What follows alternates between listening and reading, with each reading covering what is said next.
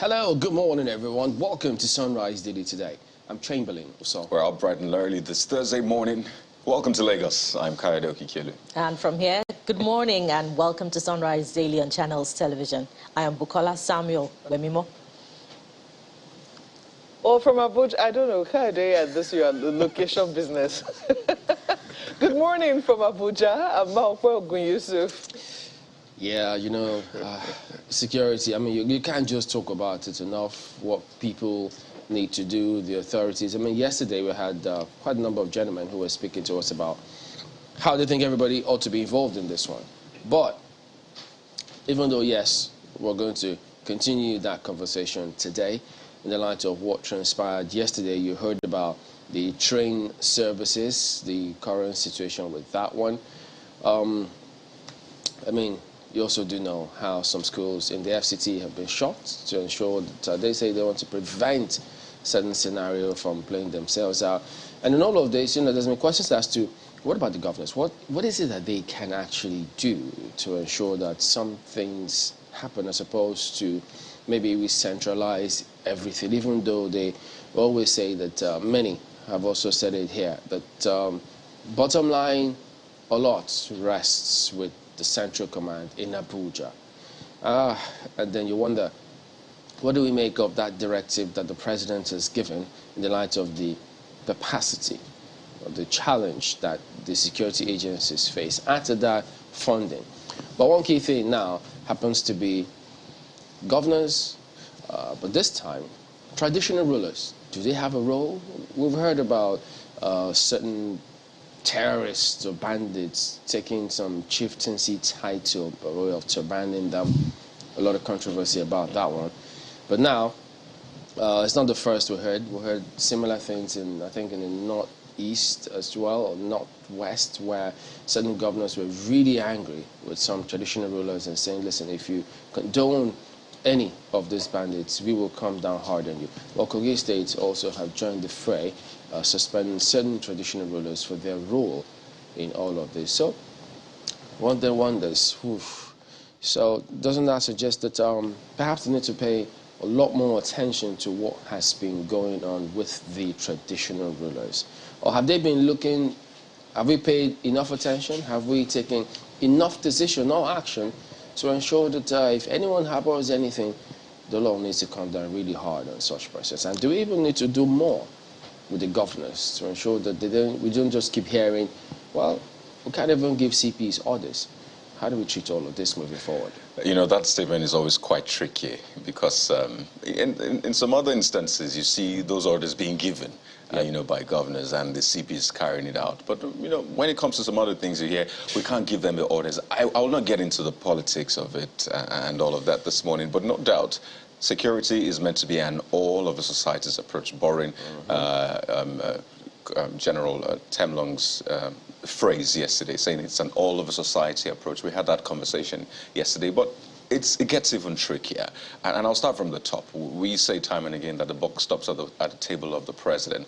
Yesterday we had a lawmaker saying, well, the president reminding us, I mean, what we know already, that the president does not like state police. He doesn't want state police. We had that interview with him at Channels Television, where he responded. I said, well, no, that is no for him. So the president doesn't want state police. I wonder if the National Assembly is there to do the bidding of the president or just do the bidding of the people. Because time and again we've heard governors say, well, state police is the way to go. Not once, not twice. We've had Nigerian governors saying state police is the way to go. So if the governors are saying, by the way, the governors are closer to the people, right?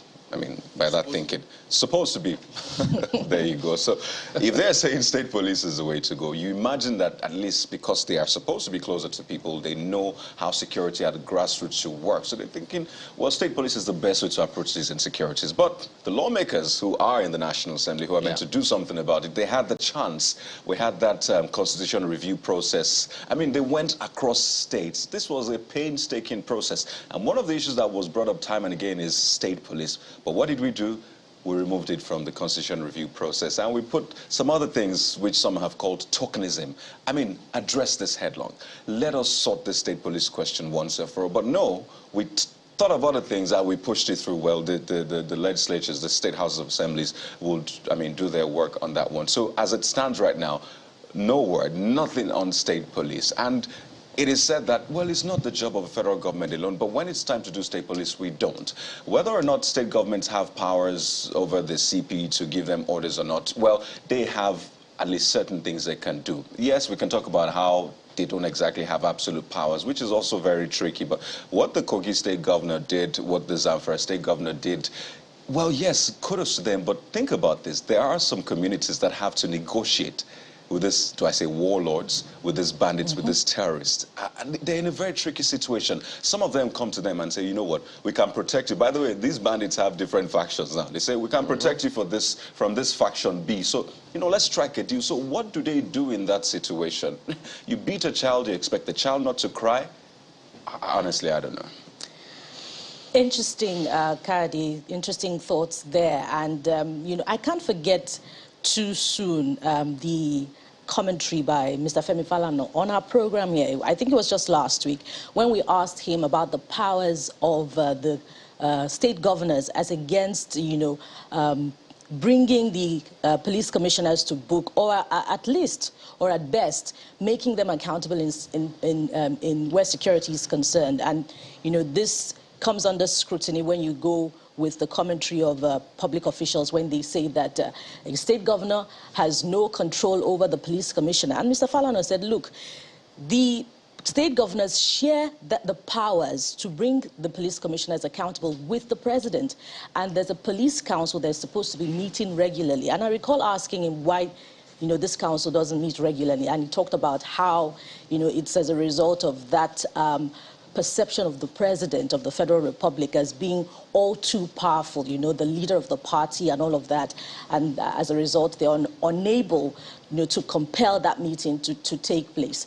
I believe that the National Assembly must take a second look at this and, you know, come up with ways to make that police council to be more accountable, to compel that body to meet regularly so that security can be looked at holistically. You know, and if we talk about, you know, the role of traditional rulers, yet again, I recall Malkwe engaging the Brigadier General yesterday about how the right of arrest is, you know, precarious in these challenging times, you know, because it can go awry, you know, with people resorting to jungle justice. What really can traditional rulers do under the current circumstance?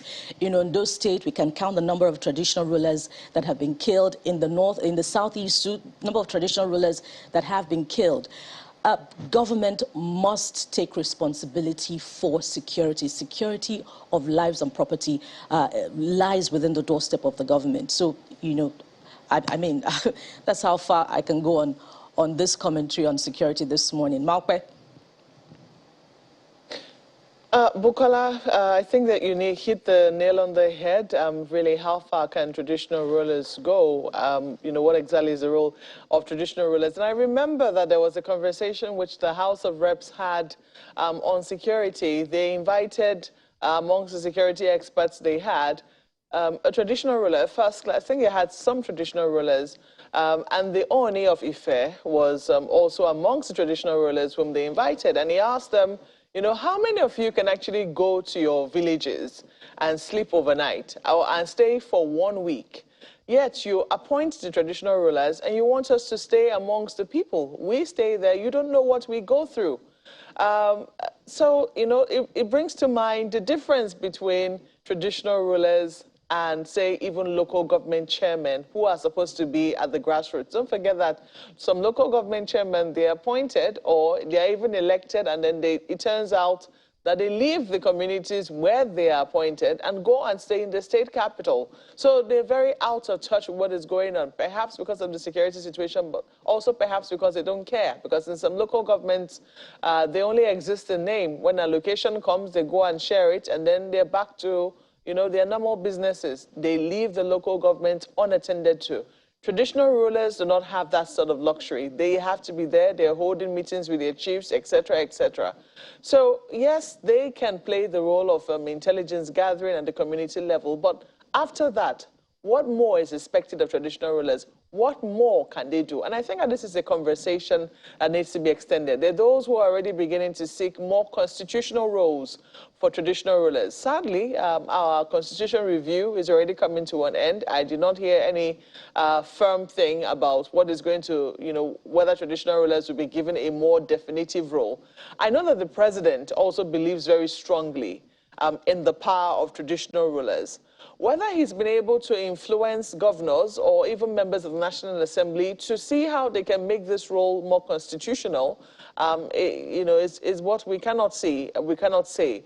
But we know that there's also a poll that was conducted before now as to whether or not the people trust in traditional rulers more or trust their political leaders more. It turns out that, people have more faith in their traditional rulers. So how can we harness the powers that those people have, the fact that they are always within the community, the fact that they always have information and intelligence, and empower them in such a way that even if it's for them to run maybe a local police system, because as you rightly pointed out, they too have been victims of attack. In many instances, they've been abducted, they've been killed, and in many instances, they usually do not have the mishaps that we've seen, the misadventures we've seen where bandits are turbaned has come as a result of some negotiation, which Kayode already pointed out, some way to save their community. That's what they think will happen. And some will argue if the federal government, for instance, has sort of amnesty for terrorists and has given amnesty to, who are the traditional rulers not to give amnesty to those who seek it or, to negotiate on that basis. But I think that there needs to be a bigger conversation. If we expect so much from our traditional rulers, then perhaps we should have a bigger conversation with them as to what roles they can play, and then maybe we should put it in our constitution. Unfortunately for us, they do not do terms. At the moment they are appointed, they are there till they die.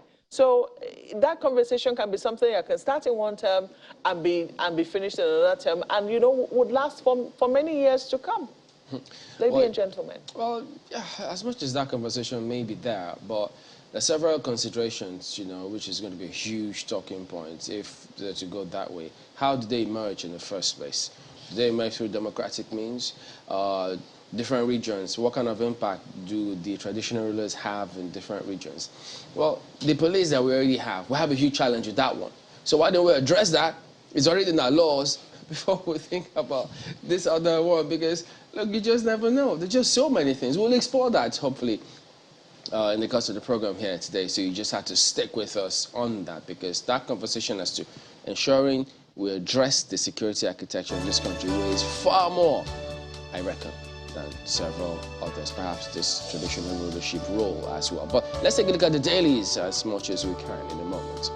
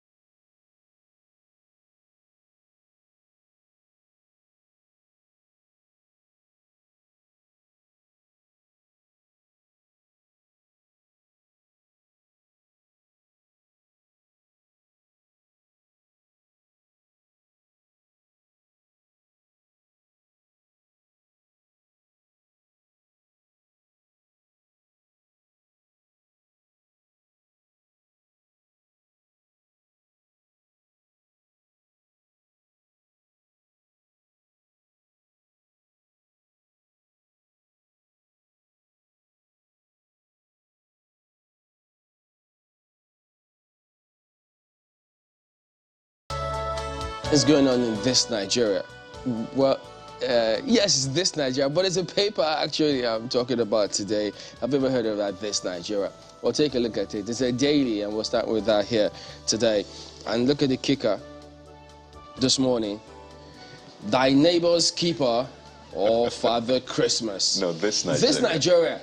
Not Daily Trust, guys. Don't worry, we'll come to Daily Trust as well. There you go. FG's purchase of 1.14 billion naira vehicles for Niger Republic sparks controversy. And I look at the writers. It is an insensitive move. Ohaneze CSOs.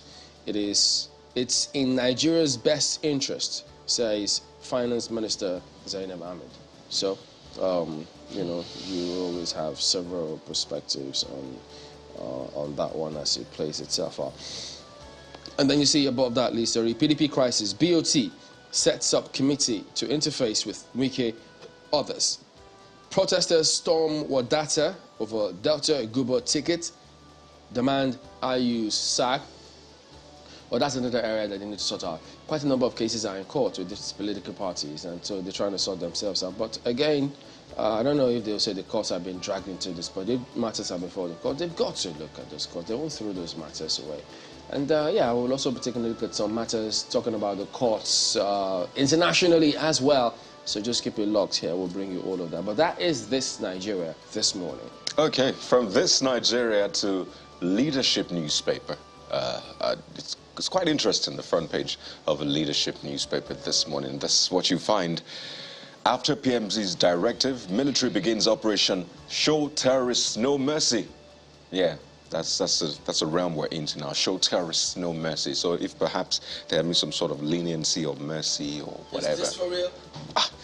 Well, that's Some are asking right now. You can imagine their heads. Remember they told us yesterday, we've heard these directives before. Now the military is beginning Operation Show Terrorists No Mercy. Yeah. So President had said, stop this madness. He had said, you know what? But you know, as much as I want to ask, why did they need to give those quote unquote razzmatazz this kind? Well, I'll just get the job done. Maybe just in case you forget the directive, at least you remember. Oh yeah, it's Operation Show Terrorists No Mercy. So okay, that's what I'm doing. I'm just joking there.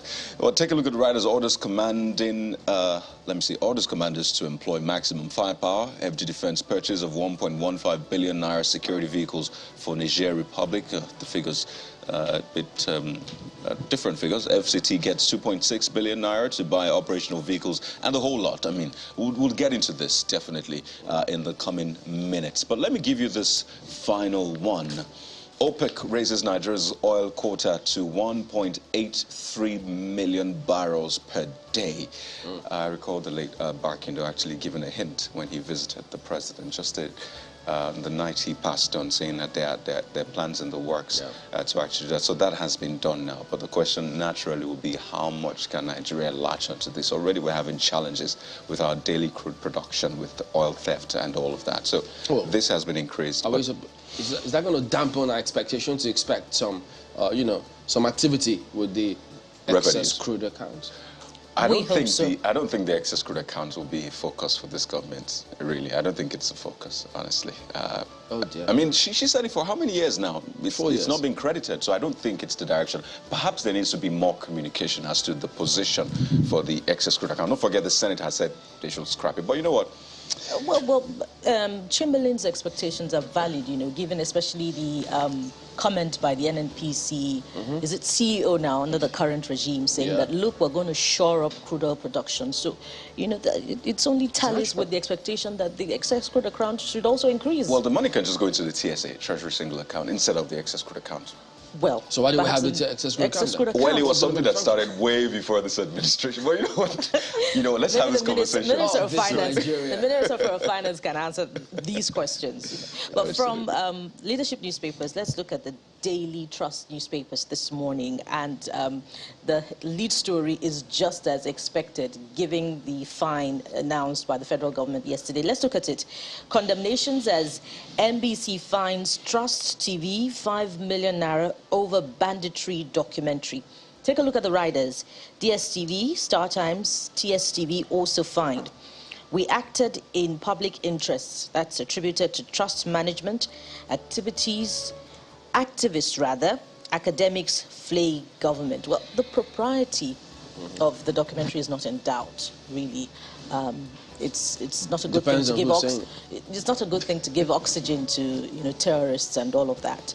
But then again, what will be done with the very critical information that came from that documentary about the tribal nature of the war that's ongoing, about the conditions in the northwest of the country? Look at the hospital projected in that documentary. It says a lot about the state of healthcare, you know, in the northwest of the country. Northwest? We could We're go talking about Nigeria. the The state of healthcare in Nigeria. In Nigeria, but in the northwest. It's almost. Let's look at that. You know, It's abysmal. It's the crazy. entire north of the country needs a Marshall Plan. Yeah. If terrorism will be dealt with holistically. We do have several plans, though. That's just a touch on the do have surface of the problems in the northern part of the country. But it raises the question, you know, being judge and jury your case, I think that's how the expression goes. So government, you know, doles out the fines, as it were, and it's been said that how about we have an independent body that will take a look at these issues, so it won't be like government is against the media, because that's what this looks like. A very critical point there, Coyote. But just before we exit Daily Trust newspapers, let's look at a few more stories. Bandits shoot AIG, kill orderly in Kaduna. That came yesterday, another sad one, you know, just one out of some other security reports. Also, FG justifies purchase of 1.5 billion naira vehicles for Niger Republic. So many questions to ask from this one, but we'll reserve it for later. And lastly, from the Daily Trust newspaper, wife seeks divorce, accuses hubby of hiding inside toilet during robbery attack. You might need to take that again from the start. Sorry. Wife seeks divorce, accuses hubby of hiding inside toilet during robbery attack. Because I thought I didn't hear right. I heard some other things. Okay, well, it's just channel noise. It's just that's the Daily Trust newspapers for you this morning. Malkwe. What a cowardly husband. Don't blame the wife at all. I mean, but take a look. I mean, how can you hide inside the toilet when there's a robbery attack on your home? Who's going to protect your wife or your children? Big questions, really. But The Guardian has this one on the front page. Funding insecurity stall $2.8 billion AKK project. Gas export. That's the lead story. Stakeholders consider options for gas export amid Russia-Ukraine war. Divestment, dwindling upstream investment, cloud gas export terminal or gas export potential. You see there, the Jakarta, Kaduna, Kano pipeline project. Project is currently ongoing. That's the front page of The Guardian for you. They have a number of other stories. Well, yes, largely on the economy there. Federal government defends 1.145 billion vehicles purchased for Niger Republic. It's on page 6. And government concessions Badagry Deep Sea Port at $2.59 billion. Well, that's certainly good news. At least I can say that's good news, and you know why.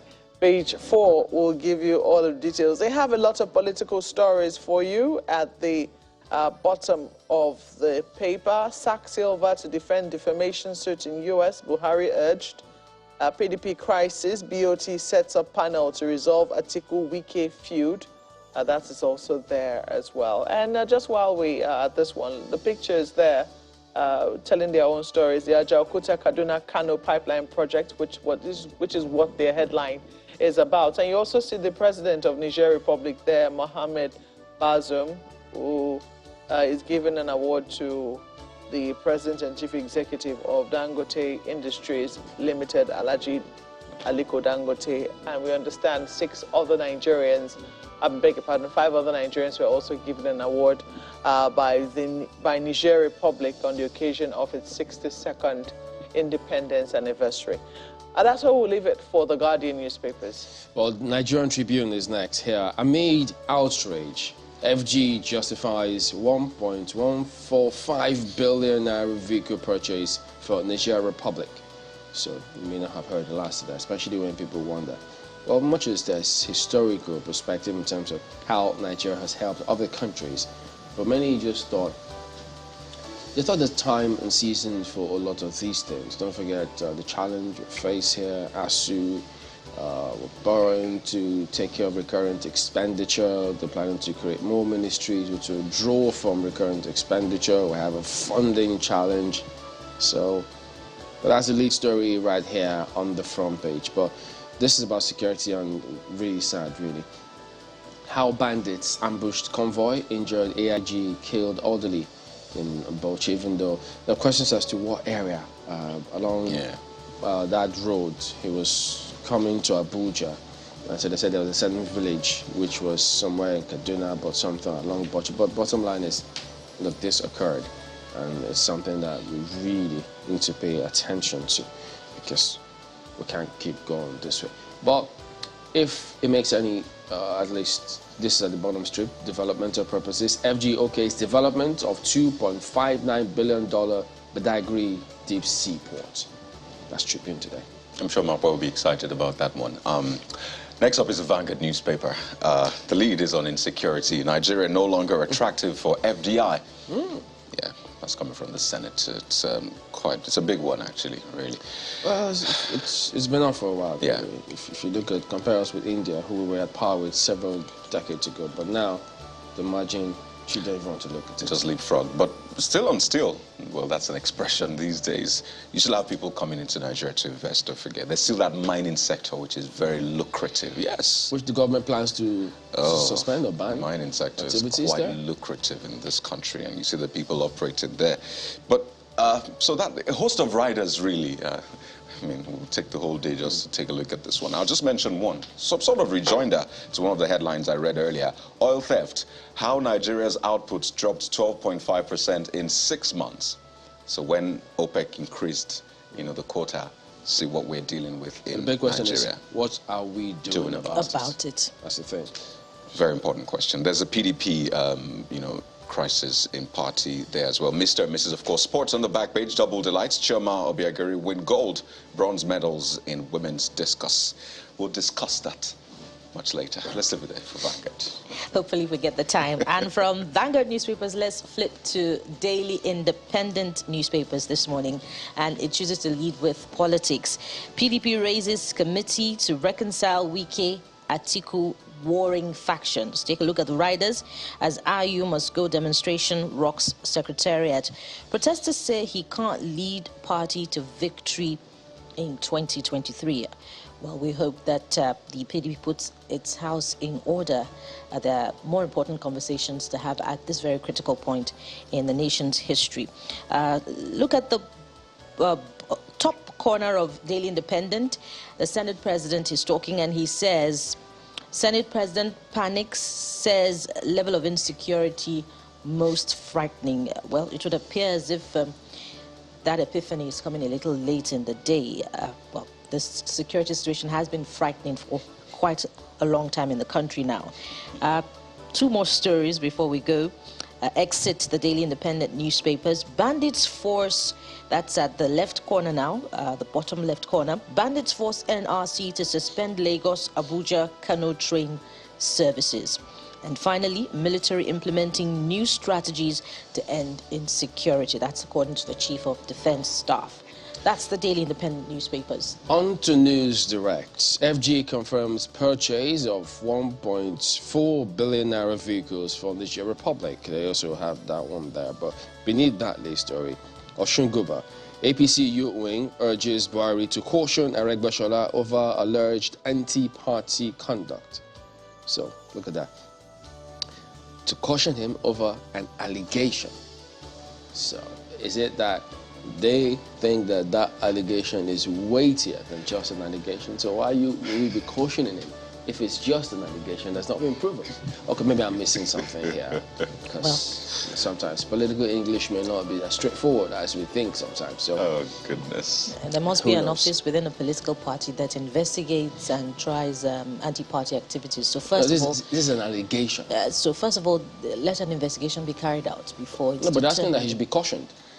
Well, over an allegation. That's why it should be investigated first of all before a conclusion is reached. Let's be honest, all of this is coming because the party lost elections, and it's natural. The nursing the wounds, and you're thinking, who's responsible for this? I need to blame someone. It's natural, but hey, I hope we can all move on. It's democracy. Take a look at New Telegraph newspaper. That's what we have next for you, as you'll expect. Fight against insecurity is the big lead, and this is what you see. Show no mercy, Air Chief tells commanders. So, we talked about that operation, what's it called again? I forgot. Show terrorists no mercy. So this is just breaking it down further. So we expect that that's the approach moving forward. Although I imagine that, I expect that has always been the approach, but maybe just to reiterate. FEC confirms purchasing 1.14 billion naira vehicles for Niger Republic Land Cruisers, by the way, because that had been the questions. Which of the vehicles? Was it innocent? Was it this? Well, Land Cruisers apparently, from the details flying around, which was put out by David. A couple of other stories. Debt marketers stop aviation fuel sale to airlines, as well as other stories. This is a big one, by the way, but hopefully we'll touch on it some other time. That's the New Telegraph this morning. Yeah, that ends a look at some of the dailies here today. Don't forget, you can weigh in on whatever you've heard or read. I know sometimes you have it up to here, don't you? But go ahead, we'll welcome your comments. But give us a moment, we will be back.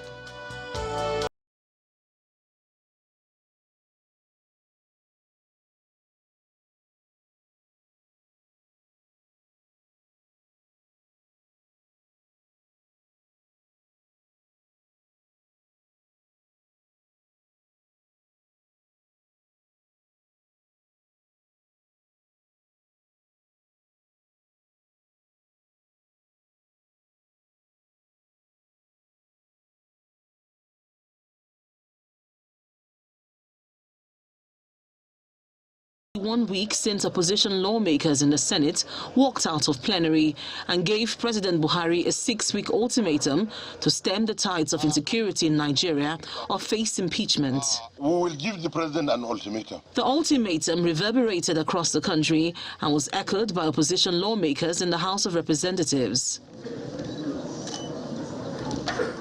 While the countdown to the expiration of the 6-week ultimatum rolls by, in the meantime, the Senate leadership is holding a crucial meeting with the service chiefs and heads of security and intelligence agencies over the worsening security situation in the country. Investments in the security of life and property in Nigeria. Setting the tone for the meeting, the Senate President says the security crisis in Nigeria has lingered for too long and appears to be worsening, despite the National Assembly providing support to the executive to tackle the situation. This present position where we are is most frightening, because it's like there's nowhere to hide or nowhere to go. He further laments that the spate of insecurity has badly affected the economy. We have problem with our economy to some extent because of security. No foreign direct investments, or not as much as we would ordinarily attract to our country. The level of oil theft is of industrial scale today. In his response, the Chief of Defense Staff says the military is leaving no stone unturned in addressing the imbalances in the country's security. Quite a lot has happened, quite a lot has been done, quite a lot is being done to ensure that we improve on the security setting across the country. The Senate leadership and the service chiefs thereafter continued a meeting behind closed doors, which lasted for nearly 5 hours. However, none of the parties spoke to journalists after the private discussions. Linda Akibe, Channels Television News.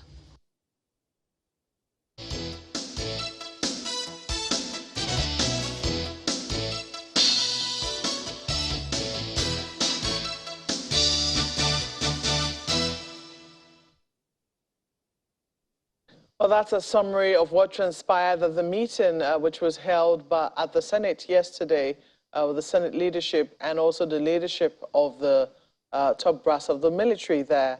You heard what the Senate president had to say. The situation is disturbing, and they wanted to be briefed by the top security agents of the country. Well, we're not privy to the inter discussion, but basically what we got is what you've seen there. To further take a look at what is going on, because there's certainly implications for what is going on security-wise. The economy is in trouble. People are afraid to go about their regular businesses. Just yesterday, reports came in that an Assistant Inspector General of Police, Audu Madaki, was attacked and his orderly was killed in the process. I think there was still some confusion as to whether it happened in Bodung on his way to Abuja. Now, we're still waiting for, firm clarifications from the police as to what exactly transpired. But when an AIG is attacked, it does go to say, just how big a problem that we have on our hands are. To further discuss the issue this morning, we have with us Mr. Mohammed Yakubu, who is a National Executive Committee member of the Arewa Consultative Forum, and he's speaking to us here in our Abuja studios. Good morning and welcome to Sunrise Elite this morning. Good morning, Maokwe. Thank you. I'm glad to be here again. Well, we wish you were here under different circumstances, talking about something, totally different. Yeah. But security is what we have been, is what we have on our plate, and we all have to see how it is that we can find a solution to the problem. For you at the Arewa Consultative Forum, how are you taking a look at this issue? Because many northern states have been affected gravely by this issue of insecurity, and it would seem that it is threatening. People say it's an existential problem for the entire country. It is true. But where the places that have felt it the most have been more northern states, which is the constituency that you try to represent. So how are you taking a look at this matter? Thank you, Mark. Good morning, Nigerians. Please, if you permit me, I need just a moment to honor our security agents, our security men, that have been making sacrifice to protect this country, that have lost their life and are still continuing to lose their life, and Nigerians that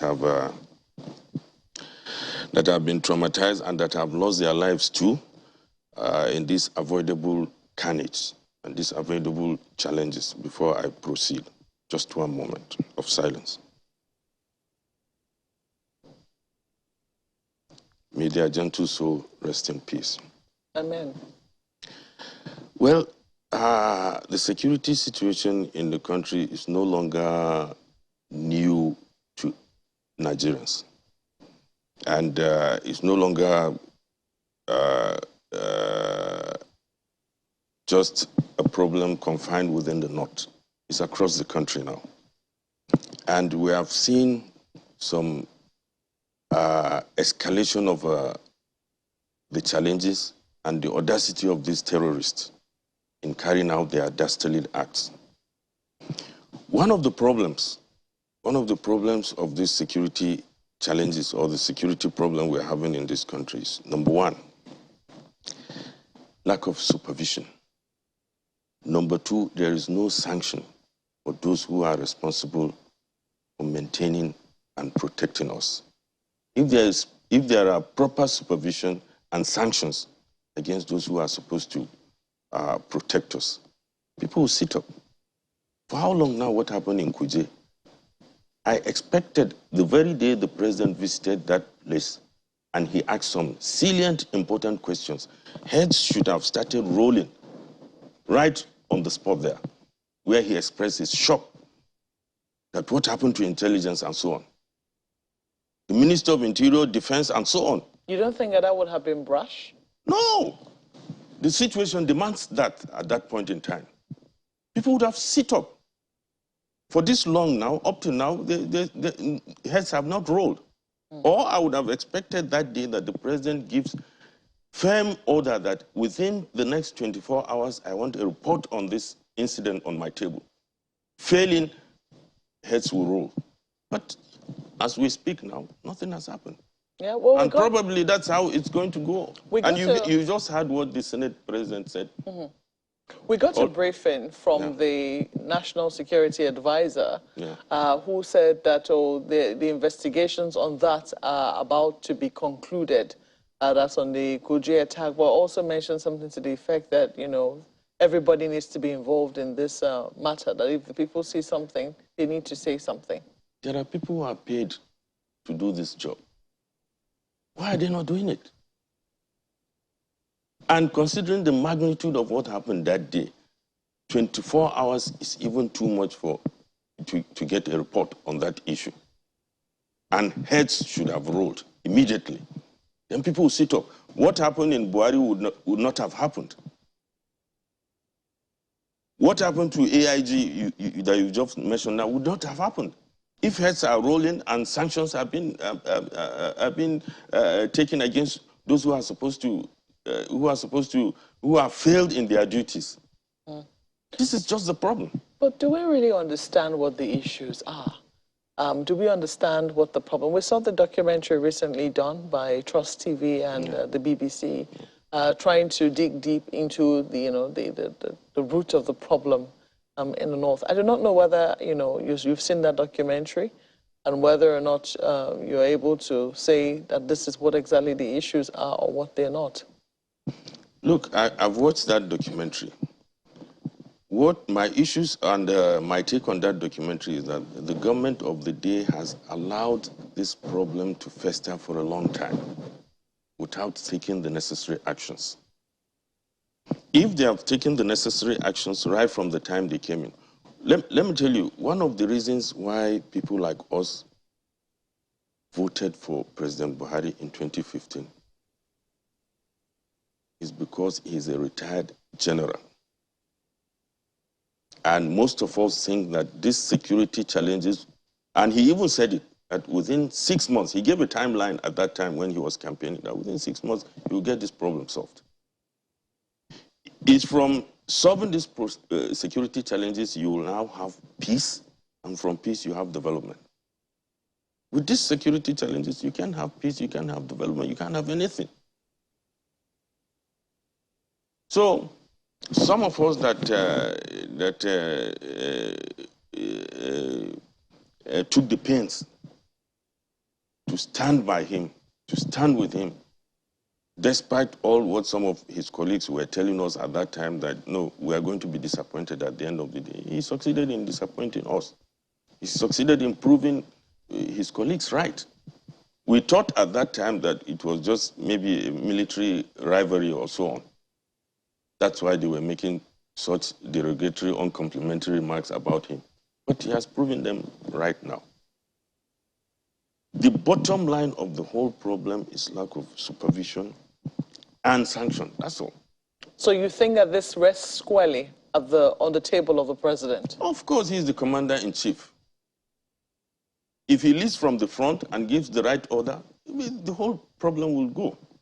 And there are generals who have come on this platform who have spoken that in the next, these challenges will not take more than 6 months. Only God knows what is happening to the president. Anybody that tells you that he knows what's happening to the president is telling lies. Only God knows what's happening to the president and why the government has failed so woefully in all fronts. Well, you are not the only ones who feel this way. I mean, only recently we saw moves by the National Assembly, I think, in the Senate, to see if they can start impeachment proceedings against the president. They believe that he too has failed and that they have powers to be able to remove him. I mean, that's what the Constitution gives them powers to do. What do you make for the calls for impeachment by the National Assembly? Number one, that shows a vote of no confidence on the government and the president himself, which most of us since 1999 have saw it coming. 1999? Sorry, since 2019, sorry, beg your pardon, since 2019, we saw it coming. That's why some of us didn't come along with him in the 2019 election. I supported Atiku because I think he's more prepared. Be that as it may, the National Assembly members that are now trying to impeach him, they are welcome, since they are now waking up. But I have a different take on that. I think what they are trying to do is just to wake the president up and ensure that he sits up. If the president is worried about his legacy, the legacy he's going to leave behind, he will be worried about what the National Assembly are trying to do now. And the National Assembly needs what they are trying to do now to get back home so that they can campaign for the coming election. So you don't really think that this is really a sincere move to try and impeach the president? It's a sincere move, but seeing it through is what I doubt if it's going to be possible, given the timeline, given what we have left now. it will take another 3 months. National Assembly members are coming back by September. By the time they resume September, October, November, December, we have less than 2 months to the general election. So it doesn't make any sense. But it will add to the CV of the president at the point in time in his, under his watch, he was almost removed. And I think if he is worried about his legacy, I think he still has some time now to see that he can change the fortunes of this country. I'll come back to the original question which I asked you, but let me quickly introduce a guest who has since joined us, Honorable Simon Mwankwon. I hope I'm pronouncing that right. You correct me if I'm not. He's a member representing Barkin-Ladi constituency in Plateau State. You're welcome to our program this morning. Thank you. Good morning, viewer. Good morning. Just to clarify, please, sir, what's your name?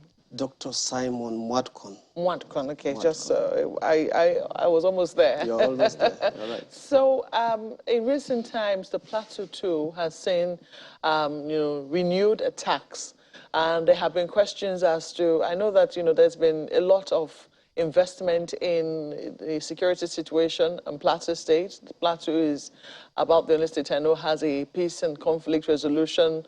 Is it an organization which is, recognized by the state government, was set up by the state government to maintain peace and order, given the long history of carnage on the Plateau right now. But it does look like, it's still not yielding the desired peace. It's like the peace is on and off, or maybe it's a strained peace. Can you tell us precisely what is going on in your constituency and why it would seem that, the attacks are on and off as we currently see it? Thank you. I represent one of the most volatile federal constituency in Nigeria, Barkin-Ladi Federal Constituency. The killings and attacks in Plateau State are over a decade now. And with the arrival of this present government, the government of Governor Lalong, of course, that committee was set, or an organization. But most of the issues have ended at theoretical seminars, workshops, and so on and so forth. There has not been real engagement with the people, those that are involved in these acts of criminality, if I may say. Most often than not, government will just fix a date, they will invite people, and those people that will be invited are not the people that are affected by the crisis or by the conflict or the killings, whatsoever I want to put it. People, sometimes you see technocrats or bureaucrats in the city centers, but most of these killings are in the villages. And I cannot say exactly why these killings have persisted, but I was one time a local government chairman of Riom. And one thing I noticed was that our security agencies have been polarized along ethnic, religious, and even sectional lines. And within the security architecture of this country, that is the police, the DSS, the civil defense, and so on and so forth, you find out that there are just a few of them that have really come to accept what they are doing as an act of patriotism.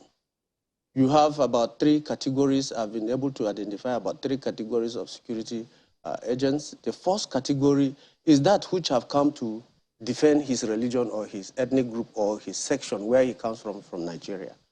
And therefore, if you give him the job of security, what he or she will do is just to try to see that even when he knows that this person is wrong, and as long as the person is from his religious extraction or his ethnic nationality, will do nothing about it. The second category is that which have come to make money.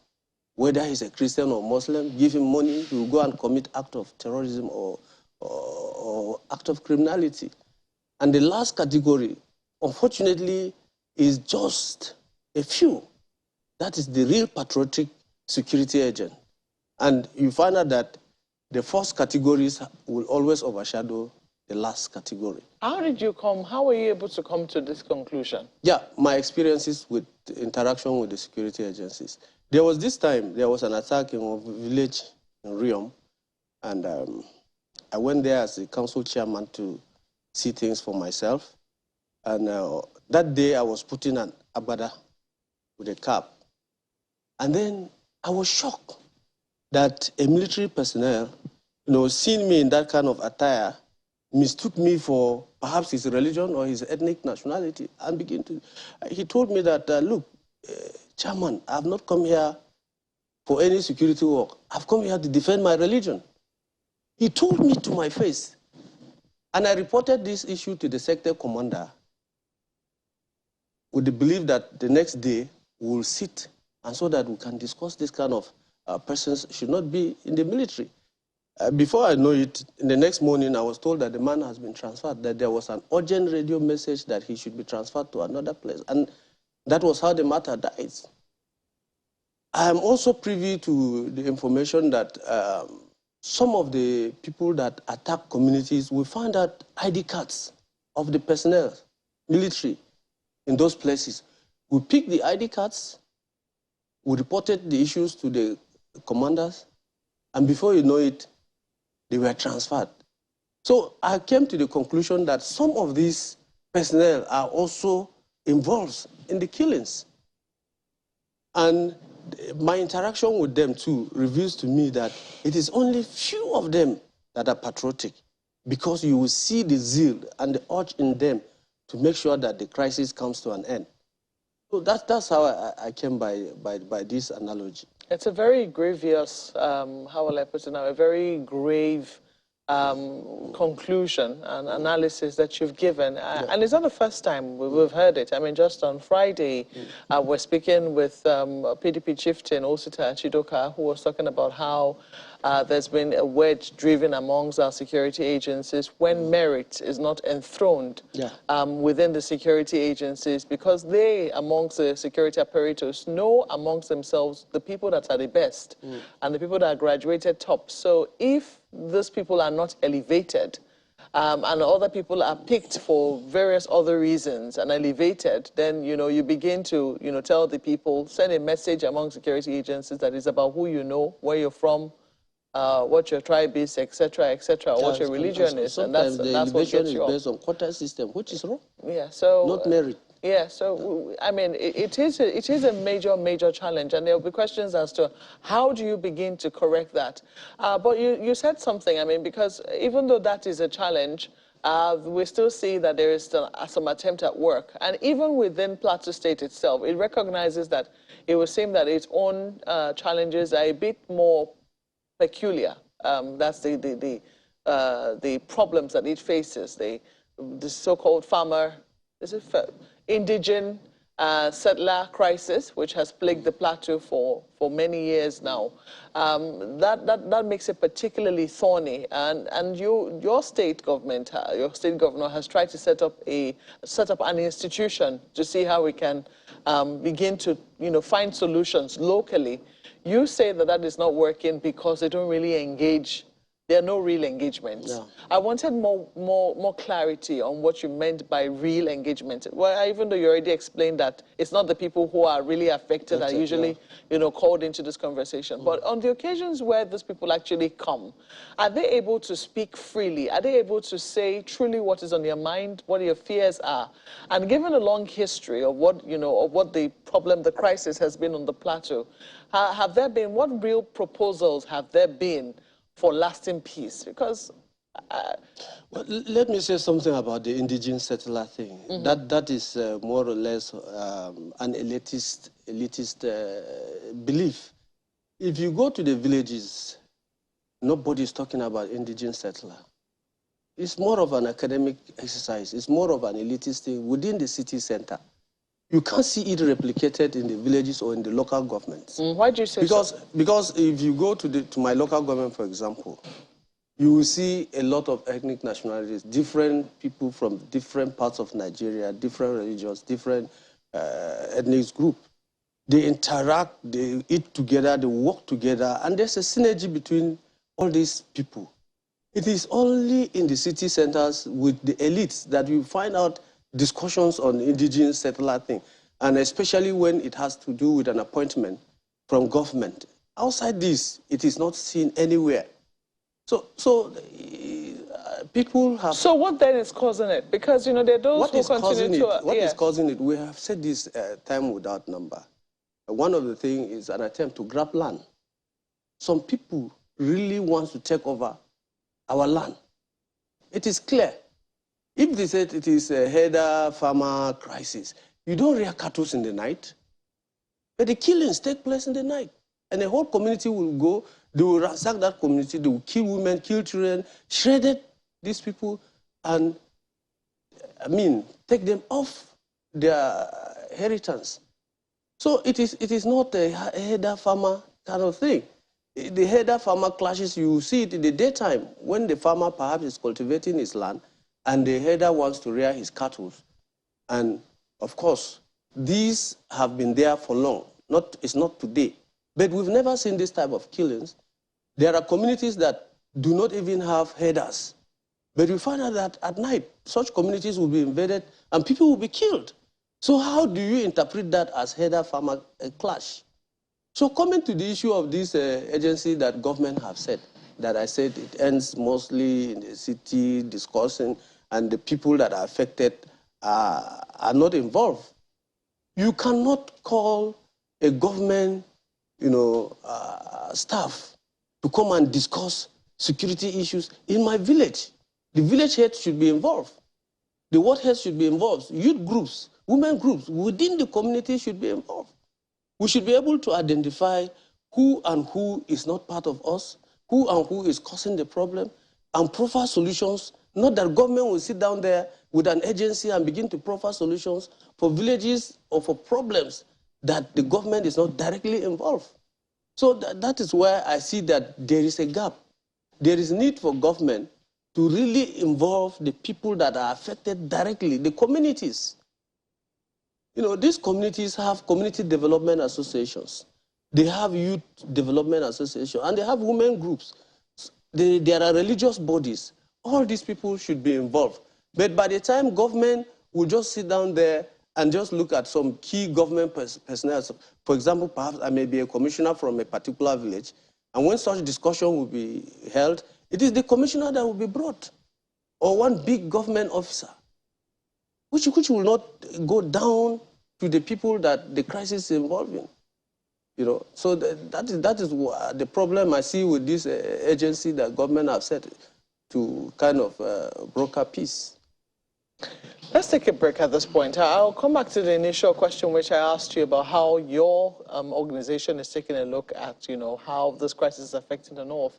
And we'll also be bringing in my colleagues from Lagos. Please stay with us.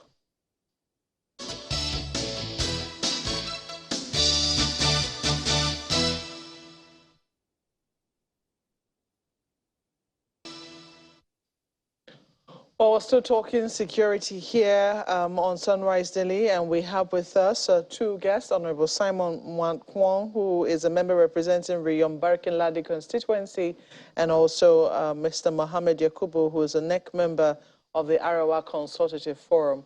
Well, the very first question I asked you was how Arawa Consultative Forum was viewing this entire security challenges. Because if you go to the northeast, that's where Boko Haram first of all attacked and displaced over 2 million people in the entire area. They were IDPs for many months, in fact years. A lot of them could not go to their farms and contribute their quota, which they normally would have done, to the country's development. And before long, the crisis moved to the northwest of the country, and then we've also seen how schools have had to shut down. There's still unending unrest in that part of the country. The North Central, too, has not been spared. So how is your organization taking a look at the issue of security as it affects the North? Well, don't forget, Maokwe, that Arewa Consultative Forum is just a pressure group. I know. Like any other group. We don't have authority, we don't have executive power to do more than to talk and give advice and give suggestions and so on, which we have been doing since Since this government came into power, we even submitted some proposals, some roadmaps on what we think should be done. But it's a different thing to give advice, and it's a different thing if the advice is hacking to. So that's the best we can do. Those who are in authorities like the legislatures and so on, you can see how helpless they are. Did you hear what the NSA said recently, that Nigerians are tired? They said, Nigerians are tired, but that, they still need to be cooperating with the security agencies. Nigerians have been cooperating. You've just had some of the experience the Honorable gave now, which goes to show how complicated the things are getting. Nigerians are cooperating. But one will expect the government to give us some hope. But painting a picture of helplessness and hopelessness, it doesn't help matters. Nigerians are cooperating. There's no doubt about that, considering the experience of what Honorable has said now. What are your fears for the future of the North if matters continue like this? What I will advise Nigerians now is that we should take our destiny in our hands. Some of us might not live up to 2023. Some of us will live up to 2023. What most of us should start doing now is start, setting a template, setting guidelines for the next incoming government. We can't get anything better than what we have now from this government. You've heard what aides of the president have said, that the president has done everything he can do. When you have done this and you are not getting results, then there's something wrong. You need to look deeper. So it's a helpless situation. We should now take our destiny in our hands by, either we survive, either we leave, or we get to 2023, set template for the next coming government. That's what I think we should be doing now. Because you can hear what the Senate President said, that the thing is that bad. Let's flip this conversation now to my colleagues. Ladies and gentlemen. Thank you, Mark. Well, Honorable Markon, you first of all represent your constituency in all of these matters before you are a member of the House of Reps. And as a national officer, you're supposed to think holistically, nationalistically, but in your constituency, they expect you to also act. Okay, yeah. Can you hear me now? Is it better? No. Can you come again, please? Okay, but can you hear me at the moment? Yeah. Can you? Yes, I can hear you now. All right, good. So I was saying, right, in context of what you said about the army, first of all, you represent your constituency first. So they expect you to act and do certain things to protect them, to ensure that they are safe and can see tomorrow. Then, on another hand, you are a member of the House of Reps. As a national officer, you're supposed to think holistically, nationalistically. So when you then say that they see ID cards of persons in the army, this definitely will affect the perception that people will have of the army, who are supposed to be seen as that national force for the country. What would you tell people? How do you advise concerning perception of the army moving forward? Because they have to volunteer information, they have to trust them to succeed. Thank you. You see, the problem we have in this country is sometimes when we hide the facts, when we hide the truth. When you hide the truth, definitely you will not be able to solve the problem. If we have come out as a country and tell the truth, today we shouldn't have been battling with insurgency. I am very much aware that we would have nipped this insecurity in the bud. It started from northeast in Maiduguri, to be specific. And if government or those in position of power and authority had been honest to say the truth and to deal with that truth, we recall the Metasine insurgency. It started in Kano to some parts of Katsina. And the then government did not, spare these people. They were hard on them. And they did it with all honesty, with all vigor, and with all sincerity. And that brought it to an end. So for me to hide that the ID card of security personnel was discovered, I would be doing injustice to myself and to my people. And the truth is that when that happened, the person disappeared from that community. You see, the military is an institution. So I cannot just here, by fear of speech or whatever, discredit the entire military. But there are bad eggs within every government organization. Even within us in the National Assembly, there are bad eggs. You know, reports have come that some of us are also part and parcel of Boko Haram. They are sponsors. So what I'm saying here is that we cannot continue to hide the identity of persons that are inimical to the security of this country simply because we don't want to have a situation whereby some people will feel that we have discredit or we have not built confidence. You see, governance, everything about governance is building confidence. If the person that has been employed to protect you is found, you know, killing you, how do you protect, what indices do you use to kind of see how you hide the identity of such a person? I think the person should be known to the public so that we know that within these armed forces, there are bad elements in them, and therefore there's need for the military to purge itself also of the bad acts. There's need for the police, the DSS and so on, to purge itself of the bad elements amongst them. If we do that, we'll be able to find a leeway to solve this problem. Right. Honorable, if I can comment now.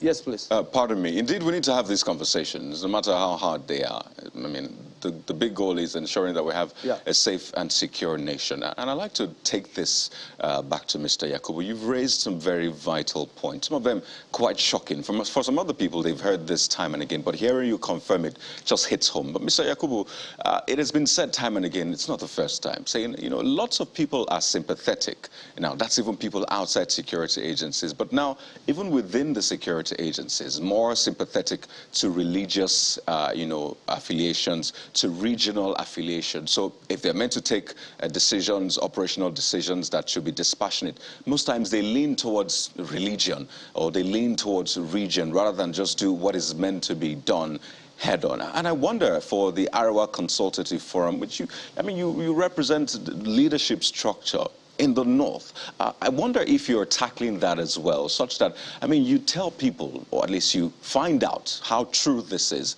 and tell them at the end of the day, it is our nation that comes first. So when you're in that position to take a decision, you don't look at religion first. You don't look at region first. Is that something that you've been dealing with as well? Yeah, thank you, Ayo. We've been doing the best we can. In fact, in recent times, we came very hard on this government. And somebody high up there in the government told me that they started having a feeling that we are now part of the opposition. That is to show you how neutral we have been since this government came in. We have been doing the best we can. There is nothing we can do more than talking, giving advice, and making suggestions and so on. We don't have power. We don't have executive power. We can't go more than that. That's the only thing we can do, and we are doing it in the best way we can. So there's nothing more we can do, and you can see the situation across the country, how helpless, how hopeless it looks like. But I'm not that pessimist. I'm an optimist. I think by God's grace, we'll still get there. But most of us might not survive to get there. But I'm sure we'll get there. All right, let me bring in Colonel Yomi Dare, who is a former Director, Army Legal Services. He joins us virtually. Good morning, and thank you for joining us on the program today. Well, can you hear me, Colonel? Yeah, good morning, Chamberlain. All right. And Ayo, and Kayode. Thank you very much for... Yeah, thank you. Thank you. My colleague Bukola is also here as well. I'm Akwa in Abuja. But, I don't know if you heard the part where Honorable Malcolm spoke about how they find identity cards belonging to military personnel on the site of some of these attacks, which they say raises a lot more questions about complicity. And this hits at the heart of perception, trust, complicity on the part of the army. So how do you expect that kind of matter to be handled by the authorities? Chamberlain, that's a very dicey one, I must say to you, because ID cards can, though, identifies an individual with the organization that he or she represents, but the fact remains that, an ID card, can go into a wrong hands where maybe, for example, the owner of the ID card loses the ID card or the ID card gets stolen, and then it could be dumped. And people can even try to create some impression or send some messages that are not the right messages through by means of an ID card. So for me, picking up an ID card, on the scene of crime, well, it's something that though calls for concern, because I'll urge, the authorities to investigate that and find out. Let's see who owns that ID card. Is the person, a serving personnel? If the person is a serving personnel, then the person reports that his ID card or her ID card was missing. And what are the records? Because there are procedures, especially when it comes to loss of, ID card, because these are things that, that is hold, dearly, and there are policies guiding, loss of ID card and then how to get a new ID card issued. Yes, so just addressing the issue of an ID card being picked at the scene of an incident, yes. Colonel Yomi, Honorable Mwad Kwon also referenced an experience where an army general or soldier, as the case may be, openly stated his mission to defending religion rather than do a job for which he was deployed to do. And we can't pretend that such reports haven't come out from the army, if not in recent times, but also historically. If you've been in the army, what's your experience? Is there any form of indoctrination or positioning or disposition to suggest that soldiers have religious leanings besides the primary duty of defending the territorial integrity of the country? Well, I would like to say here that a religion, it's supposed to be or meant to be an individual's belief, personal belief. And the military that I know, there's no doubt that sometimes you find some people displaying extremism, but ideally and by the training that is being given in the military, you are not supposed to be an extremist. People are allowed to practice their religion, but even at that, just like the gentleman said, the gentleman, the House of Rep member there said that, in every organization, whether you like it or not, there will be some bad eggs. And it's rather unfortunate that the person, the general that was being quoted, had to say such a thing, And these things really are not meant to be. They are not what it should be. So I want to advise that such elements, definitely should be, sent out of the military. And Colonel, these kind of matters, because when we say that the public is not aware of any disciplinary measure that has been carried out on such an individual, sometimes they'll say, well, it's a military thing, so it has to be dealt with internally. But the information was out in the public. This affects public confidence and perception of the army. Hence why the public should know when some of these things happen, or else if they don't know, there's a vacuum. And if there's a vacuum, they'll fill it with the last information they know. And that usually won't turn out well. And it will end up leading to them not giving or volunteering information or cooperating with the army. And if other people come in, they fill that gap. So it's a cycle that they need to address moving forward. But let me bring up this other matter. Yesterday, we spoke to some members of the House of Reps, as well as former generals, brigade generals in the army. And they were speaking about how this directive, one of them, the Honorable particularly, said, we've had several directives from the president. And so this fresh directive of them giving the army marching orders may just amount to nothing. So give us some historical background. How does it work in the army? How is it that the commander-in-chief announces to the country time and again that is giving the army the marching orders, and we literally don't see boots on the ground to action those decisions of the president? Well, I listened to that marching order, Chamberlain, and yes, even in the past, I mean, truth must be told, I've had such a directive being issued. But I think the situation in which we find ourselves now, it has become a common knowledge that all is not well. All is not well. And nobody, just like the Senate president, I heard him say yesterday, that there's no hiding place. I mean, you had a recent attack on a very senior police officer to the extent that his orderly was killed. And I think he escaped with some injuries too, So what I'm saying here is that there's no hiding place. There's nobody that is safe. And we had terrorists. They had the effrontery to threaten that they were going to kidnap our president. I mean, for crying out loud, that is a joke taken too far. Could you share this? Could you tell us kind of what is the procedure when the commander-in-chief gives the army the orders? Is that supposed to be what, a signal, some sort of communication with which is transmitted to relevant authorities or different cadres and they run with it? How does it work such that when that order comes, they cannot but act on it? Well, at this time around, you see, everything boils down to leadership. And in fairness to Mr. President is not going to come, to the various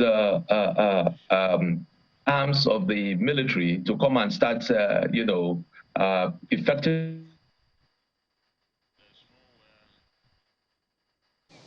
Colonel Yomi. Wow. But we'll get that connection back. So, that speaks to what several people have told us time and again. When we get out there on the streets, they keep asking those questions. They say, look, if I'm a chief executive in an office and I give certain directive, they know how that should turn out. So, Colonel, good to have you back. So could you go ahead and speak to that particular matter, the directive, how should it work? How does it work? Well, in the military, definitely, first and foremost, that was an open, direct order.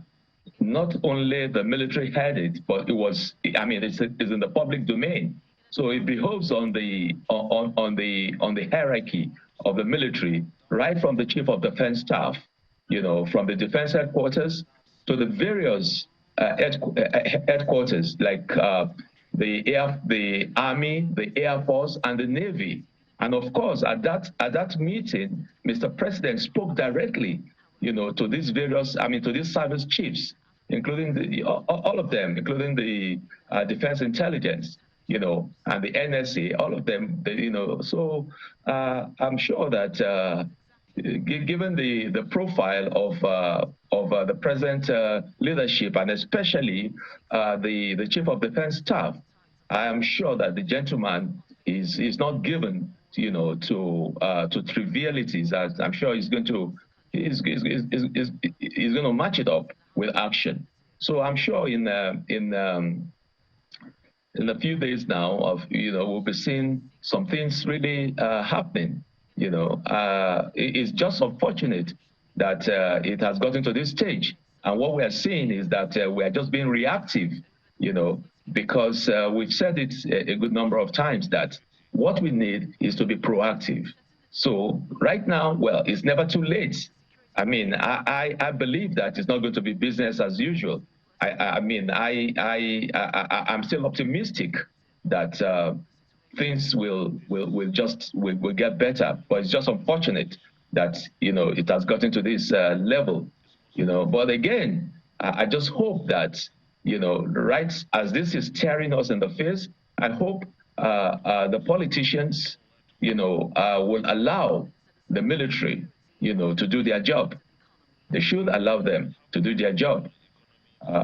We can see that this thing, nobody is free everywhere, all over the country.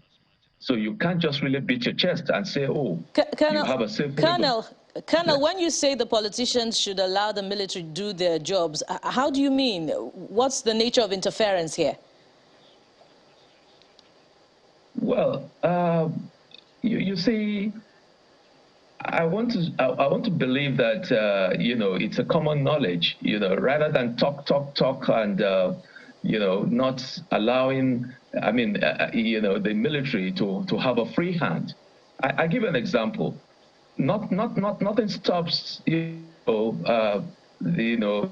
areas where we find out that they have just refused to accept peace. Nothing stops the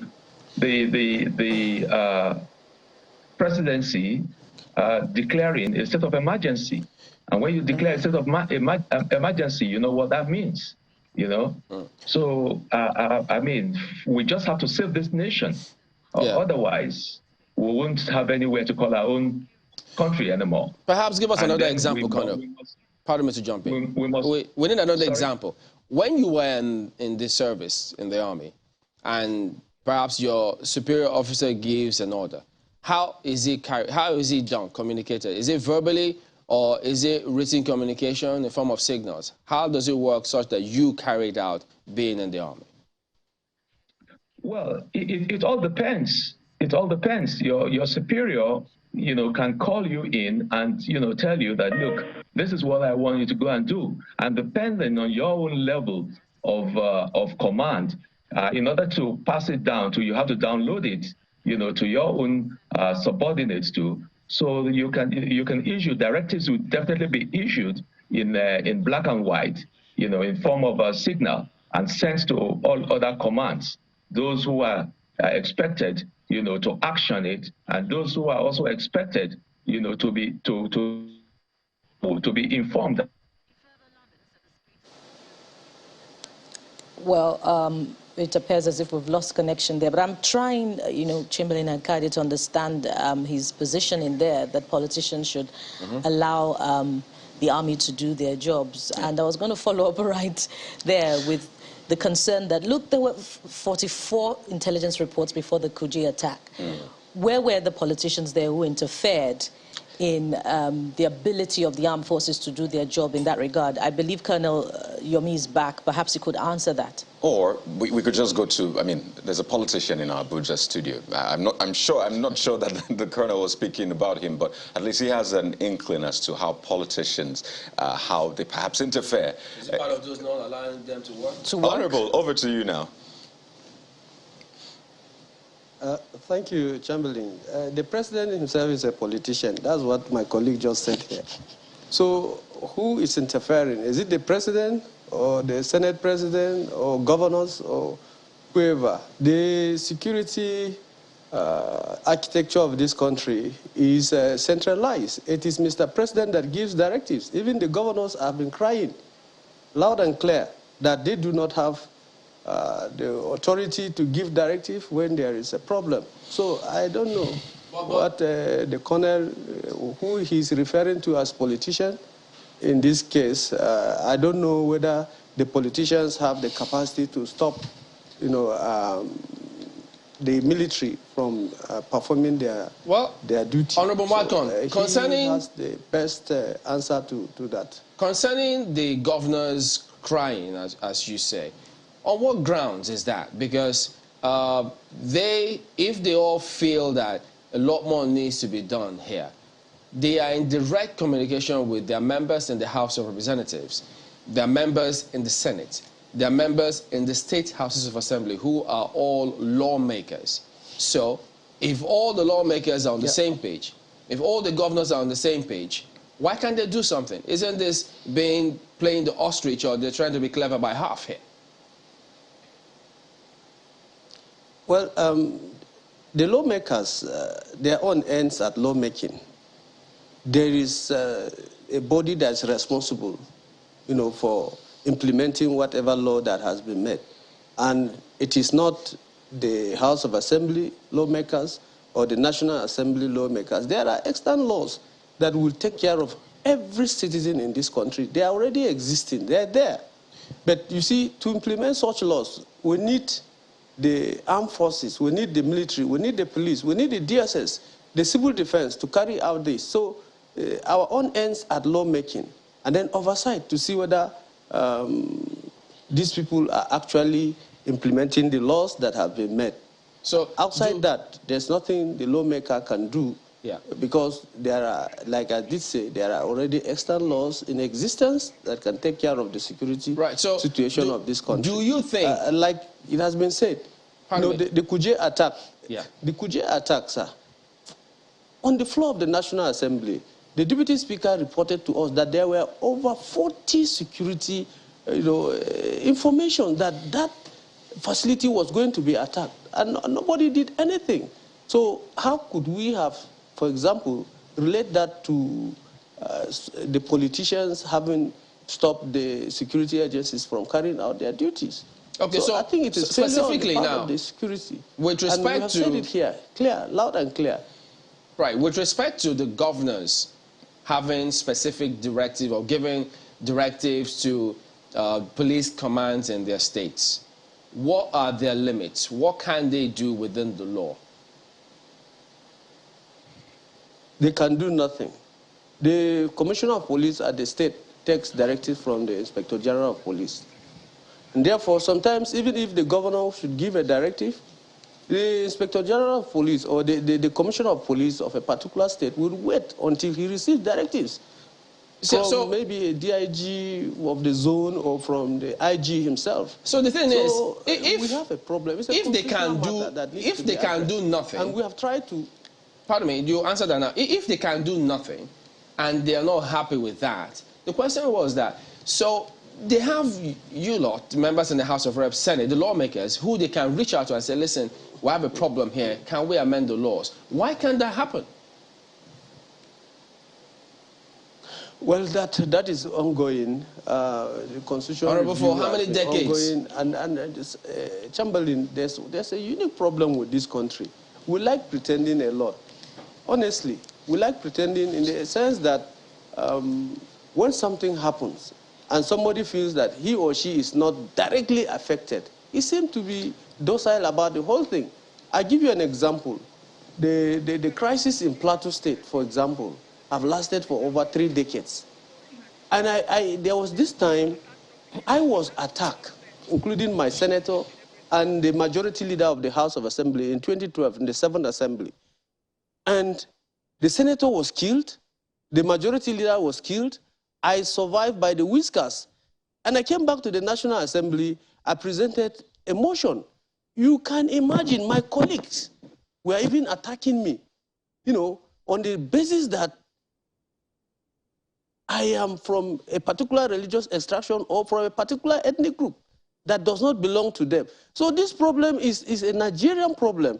And until we decide to purge ourselves of all these, small things that will not bring peace or will not unite us, we will continue to be in problem.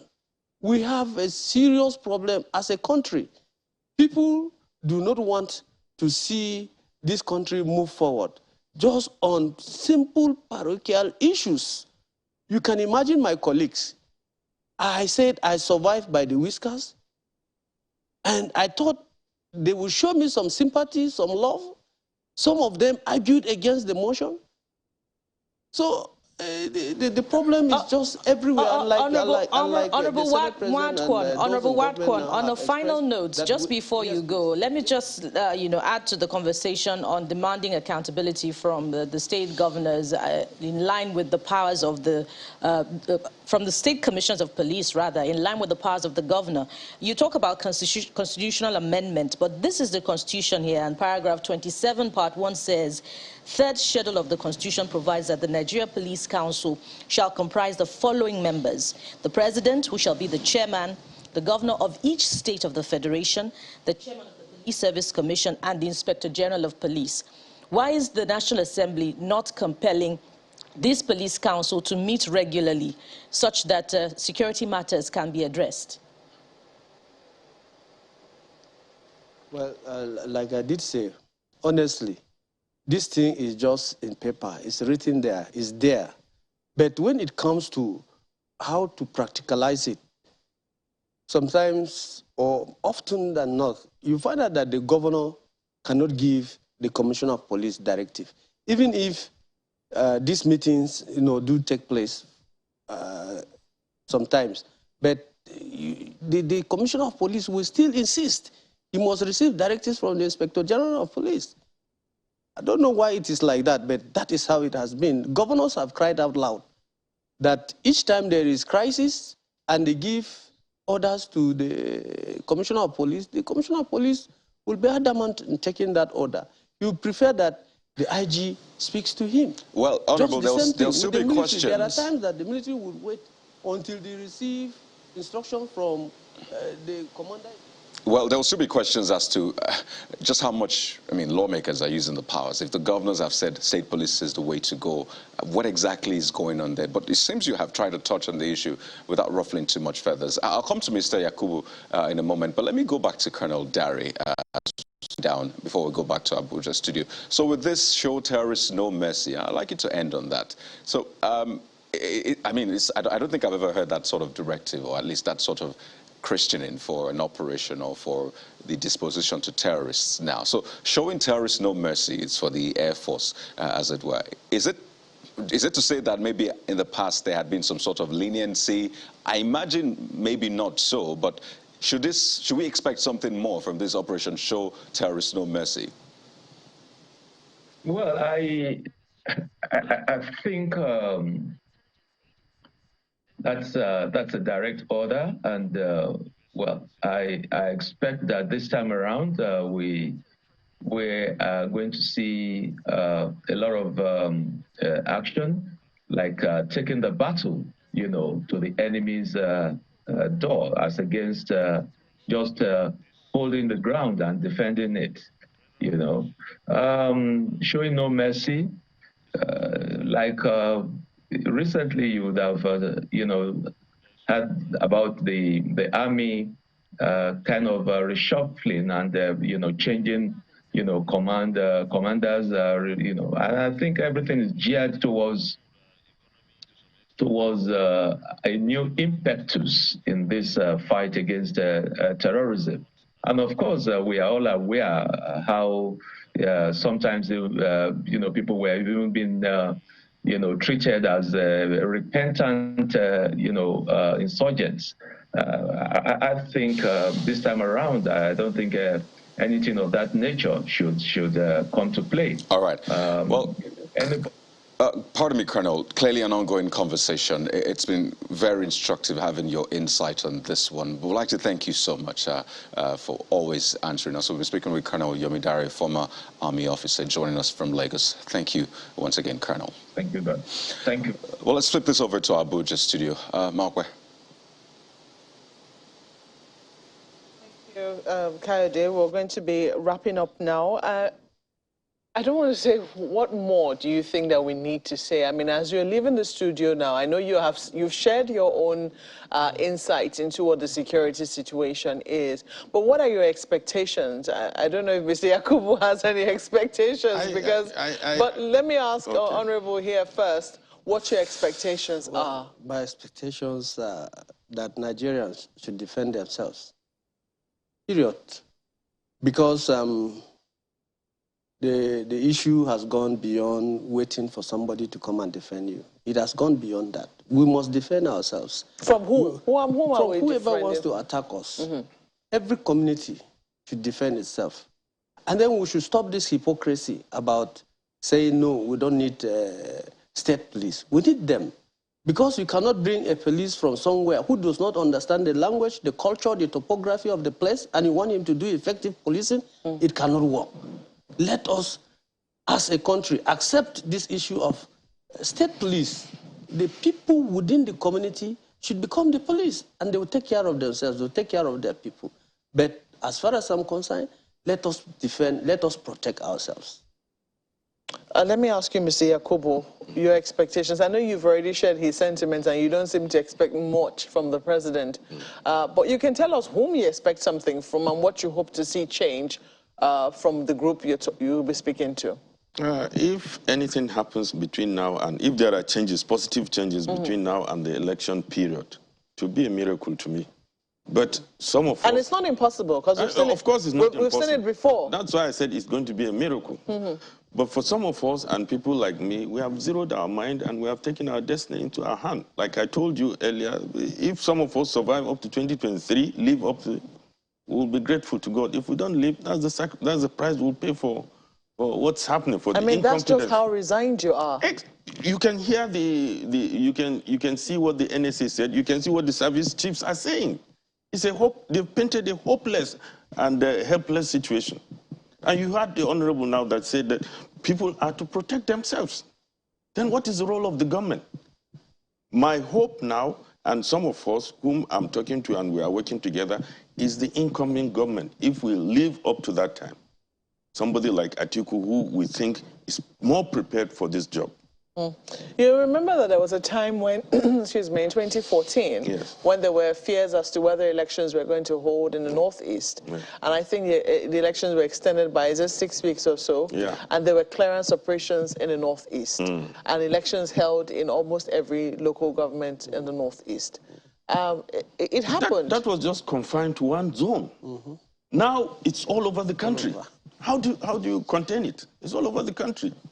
And those who are supposed to give us hope are telling us that you're on your own. Situation. Is that what they're saying? What did the NSA say? Nigerians are tired. What did the Senate president say? You've just played it before us now. Well, what did the president say? He was speaking in a context. I mean, he was talking what to did the the president security say when agencies. he went to Kuje? He asked what has happened to intelligence. And one would have expected the president's action, the president's question to come with an action immediately. Now, for how long now the Kuje incident has happened? Up to now, the report is not there. I would have expected that day, if the president is not prepared to take action immediately that day, you should have given an order that in the next 24 hours, I want a report on what happened here on my table, or else we roll. If you hear something happening today or tomorrow, will it give you hope? Well, let it happen first. That's how despondent, not only me, Nigerians are now. Let it happen first. Well, gentlemen, we have to thank you both for coming on Sunrise Early this morning and sharing your very candid thoughts with us. Honorable Simon Mwankwong is a member representing Riyam Barkinladi Federal Constituency. It's where the airport is. So when you see a lot of people from different parts of the country leave there, you know, it's no surprise. And we've also had Mr. Mohammed Yakubu, who is a national executive member of the Arawa Consultative Forum. Gentlemen, once again, thank you for coming on Sunrise Daily. We take a break now. When we come back, we'll be taking you all the way to London for an update on the case involving former Deputy Senate President Ekweremadu and his wife. In just a moment, please stay with us.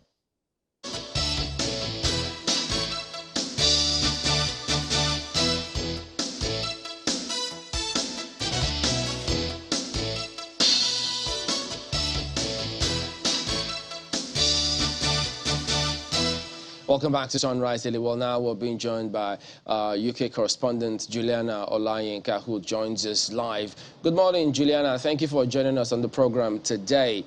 Well, we know that the case concerning former Deputy President of the Senate, Ekweremadu, and the wife will continue today. We know the wife has been granted bail, but he hasn't. So naturally, people will keep an ear on that and wonder what will become of that case today. But tell us, what do we expect to happen today in court?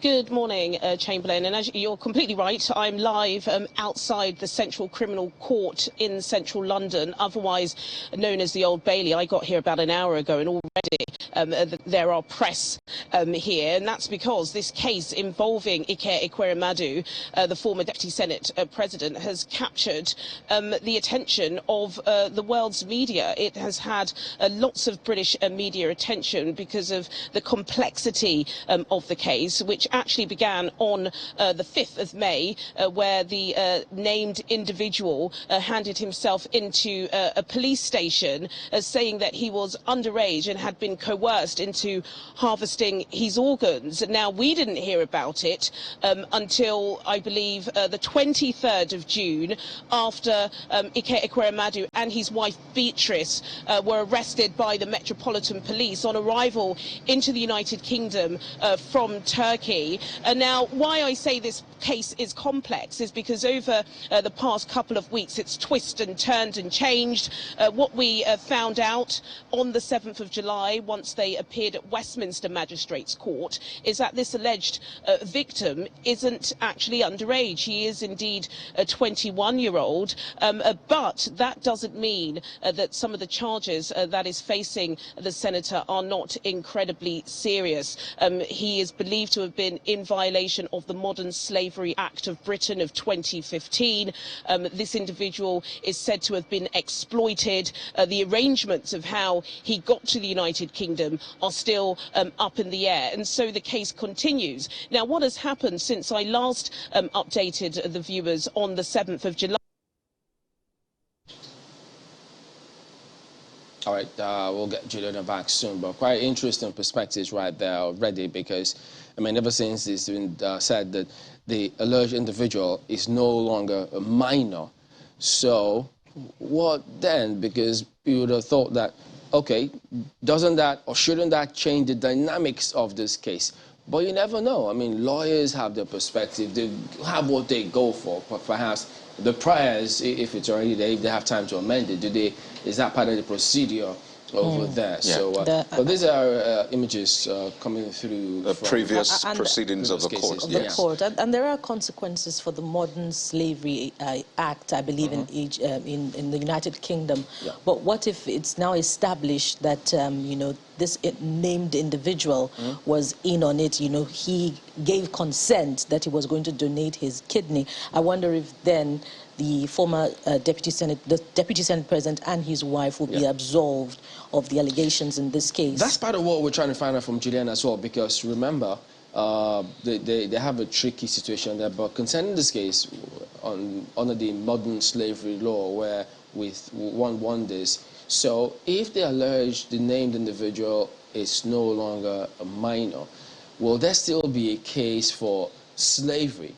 Or wouldn't it then be what? Willing servitude here? Will that narrative change? So these are some of the tricky things about all of these things. Well, some have said, I mean, that's just really a minor part. Whether or not it's a minor, it's just a minor part of the case, because that doesn't take away whether or not, I mean, the court will not proceed with the, you know, charges or the allegations of, what is it, slavery and all of that. But you know what?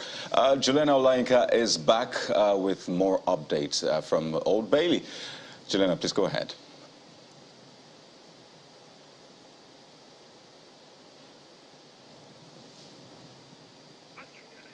Well, Juliana, if you can hear me, please go ahead with the update. We lost you for a moment there, but you were just getting to the meat of what to expect today at the Old Bailey Court. Please go ahead, Juliana.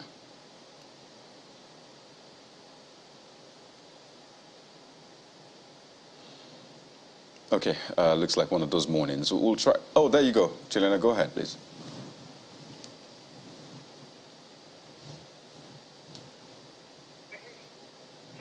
Okay, just to be sure that we can hear, but we'll get that sorted out. But as I was saying, it's just a little part of it, and Juliana will... Isn't that going to be significant? Well, so the lawyers are saying maybe not, because it doesn't change whether or not, I mean, a case has been established or should be established around whether he was trafficked. But it would be different if it was a minor. Not. And then if it's not a minor, the question of consent. Consent. Don't forget, this has been upgraded to the Old Bailey, the criminal court. I mean, it started off at the magistrate court. And now it has implications too. Yeah, it's been upgraded. So it'll be interesting to see the dimensions, because it looks like the government, or at least the prosecutors, are really going for this. And all attention is focused on this. Not just the UK court, but as Juliana said, there's so much happening there. Juliana, I do hope we have you back. Please go ahead.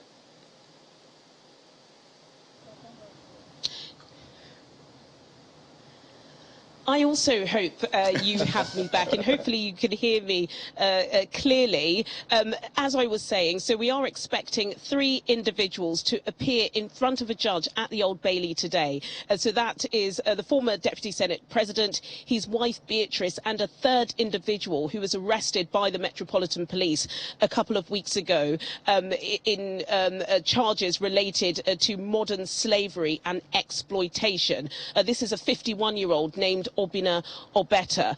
Now, according to some reports, today is going to be a very short appearance. We're expecting the judge and the prosecution to lay out the offences, and then we are going to prepare for a trial. So potentially the senator will be remanded in prison, in custody, until next year. And I think one of the big conversations that started brewing over the past couple of weeks is, why exactly is this happening? What has happened to diplomatic immunity and the Vienna Convention, and what happens to very senior officials who are charged for a crime in other 3rd countries.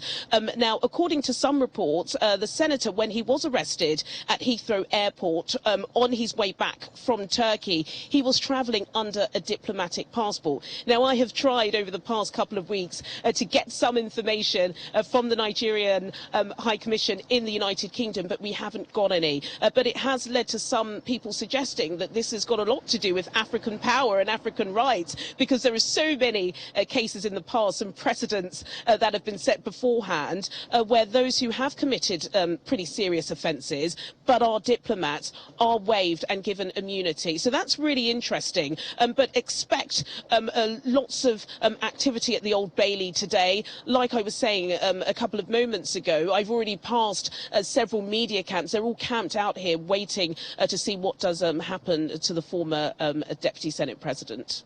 Well, it's going to be very interesting. One wonders, so should we, well, there's so many questions. I'm just wondering if we've got time for this. So first is that, now, if is, I mean, you did say that the named individual is not a minor, as it's been said. So what is the significance of that? Does it change the dynamics of the case?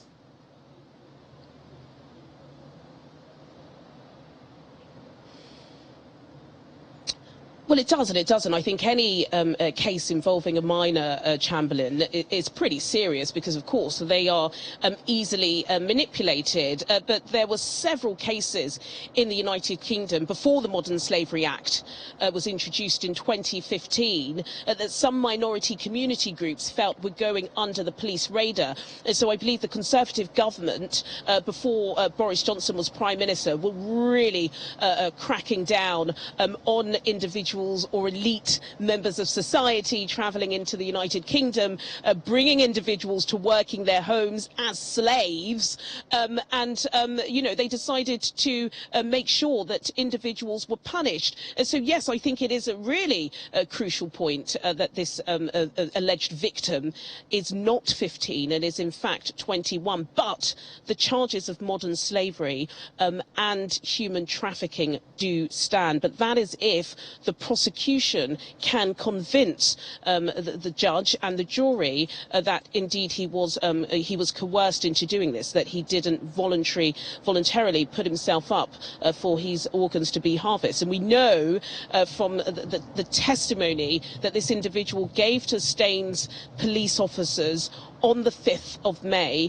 that he has said on the record that he did not want to do this and that he was coerced and trafficked from Nigeria. So these are really serious charges. We'll be keeping tabs on that, but already a lot of people here think that, well, if this is the case, if diplomats are arrested and they go through trial and they're remanded in custody, well, if British diplomats are equally arrested here, people here expect that the same things will apply. what's good for the goose is good for the gander, they say. Especially because, pardon me, that 1961 Vienna Convention on Diplomatic Relations specifies the caliber of officials that must be or must not be tried outside their country, stressing that the trial of Senator Ekweremadu as a 7th senator failed to actually follow international standards and due procedures. So as you said... and it's significant that the bail conditions are stringent. Even though he has not been proven guilty, he's still to be remanded in custody. Well, it appears there's more to this than meets the eye. But, Juliana, we'll keep tabs definitely on this one. We'll stay with you. The station will stay with you, and we'll implore viewers to keep it locked here at Channels. But we do thank you very much indeed, Juliana Olayinka from London.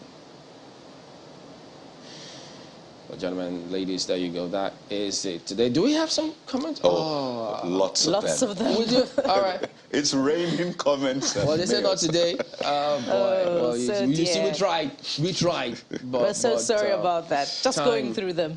Yeah, there you go. Okay. We can, actually. All right. Saved by the bell. Okay, this one from Prof.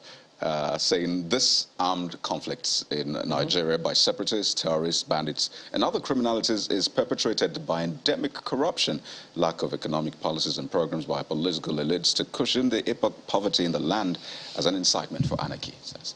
And Festus Akimboyewa says, we owe our military and police officers a debt of gratitude, especially to those who have determination to tackle our insecurity.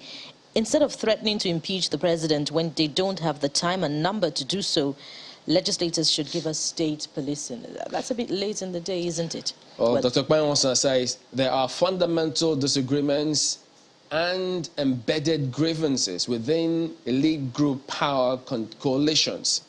These disagreements are trickling down into society in the form of crime and criminality. And Pastor Law Alpha Cross says it is true that this administration promised to restore sanity by crushing all forms of insecurity.